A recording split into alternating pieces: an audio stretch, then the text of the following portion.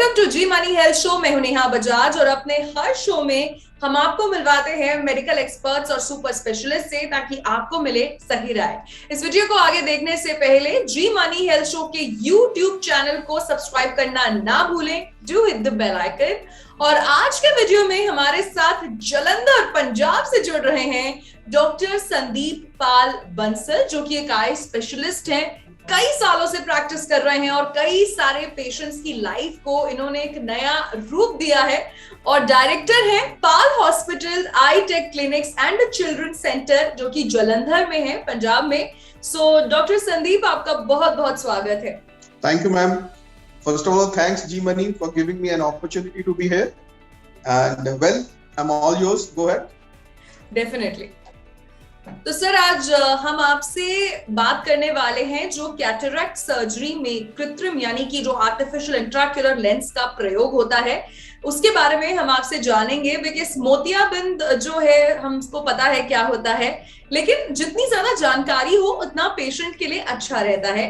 तो मेरा सबसे पहला सवाल आपसे ये है कि अगर किसी को कैटरैक्ट है और वो सर्जरी के लिए ऑप्ट करते हैं, तो कैसे वो लेंस डिसाइड करेंगे कि उनको कौन सा लेंस लगवाना चाहिए?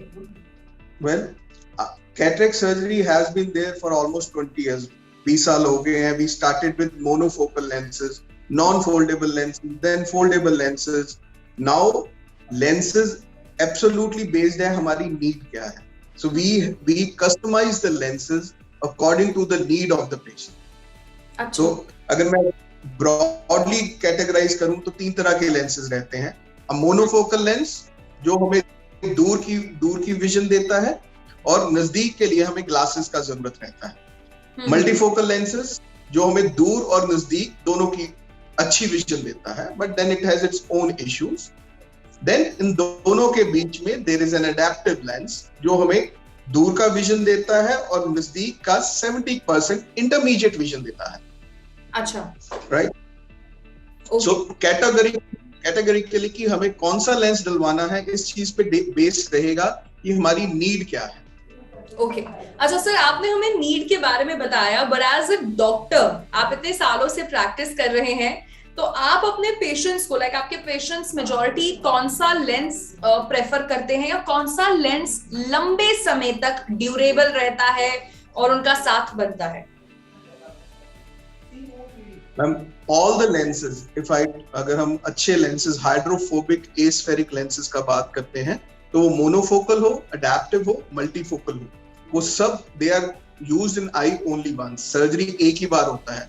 अगर आप किसी 2 साल के बच्चे में भी सर्जरी कर रहे हैं तो उसमें भी आप हाइड्रोफोबिक लेंस यूज करते हैं, एंड वो सारी लाइफ चलता है। It is not that it has some life, no, it is going to work throughout the life. अच्छा, तो यानी कि अगर आप एक बच्चे का मोतियाबिंद का ऑपरेशन करते हैं या फिर एक किसी 55-60 साल के इंसान का, तो उनका लेंस सेम ही होता है? लेंस सेम रहता है, उसके लेंस की पावर, लेंस की स्पेसिफिकेशंस वो थोड़ा बदलता है, बदल जाता है, अदरवाइज रहता है। अच्छा सर, एक और चीज जो हम आपसे जानना चाहते हैं और कई सारे व्यूअर्स भी जानना चाहते हैं कि जो लोग कैटरैक्ट सर्जरी करा रहे हैं, उनमें से ऐसे कौन से कारण हैं कि किसी को मोनोफोकल इंट्राक्यूलर लेंस चुनना पड़े ओवर मल्टीफोकल और adaptive IOL? Very good. Basically, monofocal is done almost 80% of the time. Oh. Why? Monofocal, जो quality of vision is very crisp, clear. So it is like looking through a plain glass, right? So you get a very good quality distance vision. Although आपका near vision या intermediate vision is 0. Now, जब हम intermediate vision का बात कर रहे हैं, तो intermediate means कि जो हम जिस distance पे हम मोबाइल यूज करते हैं या जिस distance पे हम computers यूज करते हैं, that is an intermediate distance. So generally monofocal में हमारा दूर का vision means TV देखना है, ड्राइविंग करना है, वो तो अच्छा रहेगा। अगर हमें कंप्यूटर यूज करना है या बुक रीडिंग करनी है, देन हमें ग्लासेस का जरूरत रहेगा। अच्छा। नाउ हम किन पेशेंट्स को मोनोफोकल प्रेफर करते हैं? पहला, पेशेंट ड्राइवर बाय प्रोफेशन हो, जो कि बहुत ज्यादा ड्राइविंग करता हो, जो डायबिटिक पेशेंट है, या कोई रेटिना में या पीछे पर्दे में कोई तकलीफ है, जिसमें कि हमें मालूम नहीं है कि कल को मरीज का विजन कितना आएगा, निगाह कितना बनेगा, और हमें पीछे पर्दे की हेल्थ के बारे में नहीं मालूम है, उन पेशेंट्स में हम मोनोफोकल प्रेफर करते हैं। अच्छा। अदरवाइज ऑल अदर पेशेंट्स जिनका की कॉर्निया ठीक हो या पर्दा ठीक हो, they are good candidates for multifocal और अडैप्टिव लेंस। एंड सर एक और चीज, कैटरैक्ट सर्जरी के भी दो तरीके हैं, एक नॉर्मल तरीका है और एक लेजर वाला भी तरीका है, तो कौन सा तरीका सबसे ज्यादा प्रेफर किया जाता है? The time has gone now. Now it is either an advanced phaco, which is an MICS, or femto cataract surgery, which is the most common preferred practice. They both are safe, both have good reliable results. So पहले वाला era वो suture वाली surgery या बड़े incision वाला surgery तो खत्म हो गया है, तो that is I think left only for the cam patients और poor patients, so otherwise it's purely phaco. अच्छा सर एक और चीज, अभी आपके पास जो पेशेंट्स भी आते होंगे, कोई वर्किंग है, कोई हाउसवाइफ है, कोई कॉलेज गोइंग स्टूडेंट है, या फिर कोई छोटा बच्चा है, कोई कंप्यूटर बहुत ज्यादा देखते हैं, तो क्या इस बेसिस पर भी इंट्राक्यूलर लेंस निर्भर करता है, क्या इस्तेमाल होगा और क्या क्या चीजें हैं, मतलब क्या सबके प्रिकॉशंस अलग होते हैं या सबके लेंस अलग होते हैं? Very rightly asked. See basically आज की डेट में जब पेशेंट हमारे पास आता है तो उससे पहली चीज ये पूछी जाती है कि व्हाट इज हिज और हर प्रोफेशन, वो काम क्या करता है, क्या वो कंप्यूटर पे टाइम ज्यादा स्पेंड करता है, और he is an avid reader, और he is a professional who plays golf. तो डिपेंडिंग अपॉन कि पेशेंट का लाइफस्टाइल क्या है, पहला पेशेंट की नीड क्या है, the lens is decided. So multifocal is the best preference. कल को अगर आप मेरे से पूछें जी मेरे को सर्जरी कराना है, I want what kind of lens, I would say जो मेरे को हर तरह की विजन दे, नियर का भी डिस्टेंस का भी, so I get glasses independence, so that would be the lens I would prefer. Now all lenses are not 100%, they come with their own flaws or their own properties. So अगर मैं बात करूं a lady who is a housewife and she enjoys reading or she is fond of reading and she drives very less, then we would prefer a multifocal lens for her. Why? Because she wants to read a lot, so she should get a good near vision and at the same time get a good distance vision also. So we are multifocal maybe. Now there is a bifocal lens and there is a trifocal lens and there is a panoptic lens. So the multifocal is also divided into 3 categories. So we assess the patient and guide them accordingly that this would be a suitable choice, and then let patient give the final verdict. So if you are not, see what happens, all multifocal lenses will have some amount of glare. That is because of the design of the lens. Now glare is जब हम रात को drive करते हैं तो सामने traffic का light जब आई पे पड़ता है तो हमें हल्का सा लाइट आंखों को चुंधियाती है, so that is glare. So जो मल्टीफोकल लेंस है, स्पेशली बाइफोकल लेंसेज, उनमें ये ग्लेयर का इशू ज्यादा है. So we do not prefer for drivers. So patient who want to drive a lot at night, we do not prefer a bifocal lens. Yes, minimal driving hai, a trifocal or a panoptics can be used. But if somebody like a young person who spends lot of time on computers, has lot of computer reading to do, computer work to do, drives in the evening for parties or some little say 5-10 kilometers a day, we prefer an adaptive lens. Now monofocal ने हमें दूर का vision दे दिया, multifocal ने हमें दूर और नजदीक दोनों का दे दिया. इन दोनों के बीच में there is an adaptive lens which gives us a good distance vision, दूर का विजन अच्छा देता है, and at the same time हमें intermediate means हमारे computer work के distance पे हमें vision देता है. Although reading distance is not so good, for reading distance के लिए हमें glasses का फिर जरूरत पड़ता है.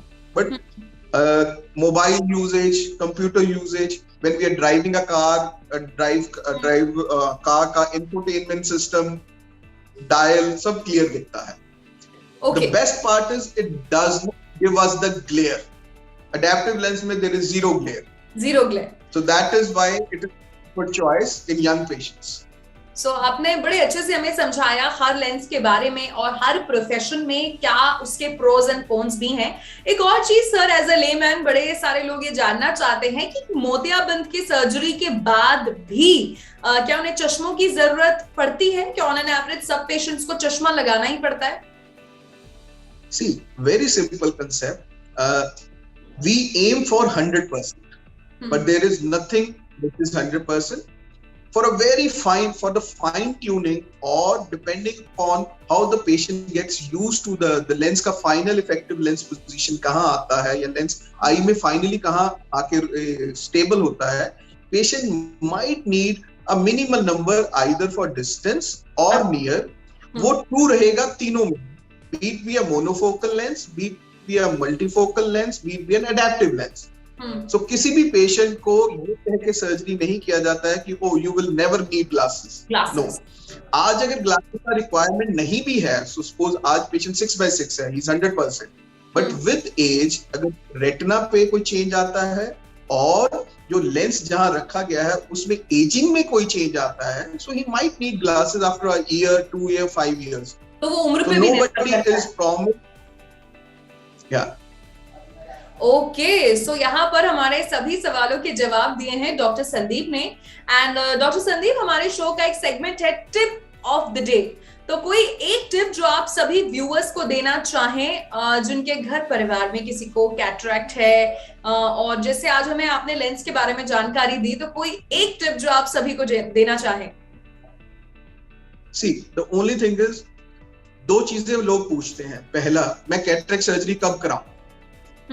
मोतिया है, विजन ठीक है, तो मैं कब तक वेट कर सकता हूँ? हाँ जी। इफ देयर इज कैटरैक्ट, अगर कैटरैक्ट है, विजन क्वालिटी डिस्टर्ब हो रहा है, बार बार नंबर चेंज हो रहा है, that is the right time to go ahead with surgery. Do not wait for surgery unnecessarily. आज भी कराएंगे, कल को भी कराएंगे। जितना जल्दी करेंगे उतना विजन के रिजल्ट्स, उतना विजन की रिकवरी फास्ट रहती है। So anybody who has cataract and they know cataract है and it needs to be operated, it should be operated. ओके, यानी कि इंतजार नहीं करना है, आपको सर्जरी करानी है अगर कैटरैक्ट डिटेक्ट हो चुका है तो। सो इसी के साथ doctor Sandeep, thank you so much, आप हमारे जी मानी हेल्थ शो में जुड़े और आपने इतनी अच्छी इंफॉर्मेशन सबको दी। Thank you.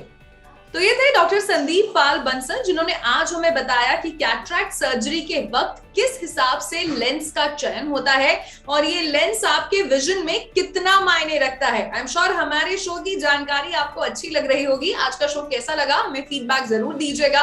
इंस्टाग्राम पर आप कर सकते हैं डायरेक्ट मैसेज, या फिर कमेंट बॉक्स में कमेंट करके भी, पोस्ट करके भी आप हमें बता सकते हैं। इसी के साथ मैं नेहा बजाज आपसे लेती हूँ इजाजत। मिलूंगी आपसे जी मनी हेल्थ शो के एक नए एपिसोड में नए सुपर स्पेशलिस्ट, नए मेडिकल एक्सपर्ट के साथ। Till then, keep watching G Money Health Show, क्योंकि अच्छी सेहत हमारा वादा।